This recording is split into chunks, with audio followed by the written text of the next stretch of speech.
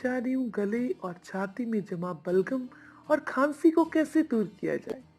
आज मैं आपको ऐसी चीज बता रही हूँ जिसमें एक चीज ऐसी है जो आप लंबे टाइम तक यूज कीजिए और एक इलाज ऐसा है जो आपको सिर्फ 3 दिन ही यूज करना है। तो स्टार्ट करते हैं वीडियो को। सबसे पहले बता दूं कि पूरे दिन में जब भी प्यास लगे तो आपने लौंग वाला पानी ही पीना है।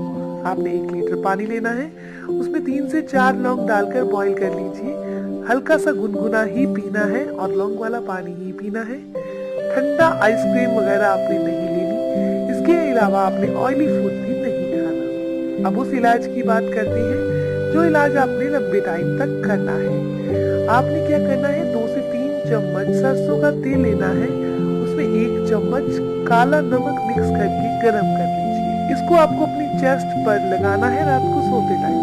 जब भी आप अपनी चेस्ट पर लगा रहे हैं, काला नमक मिक्स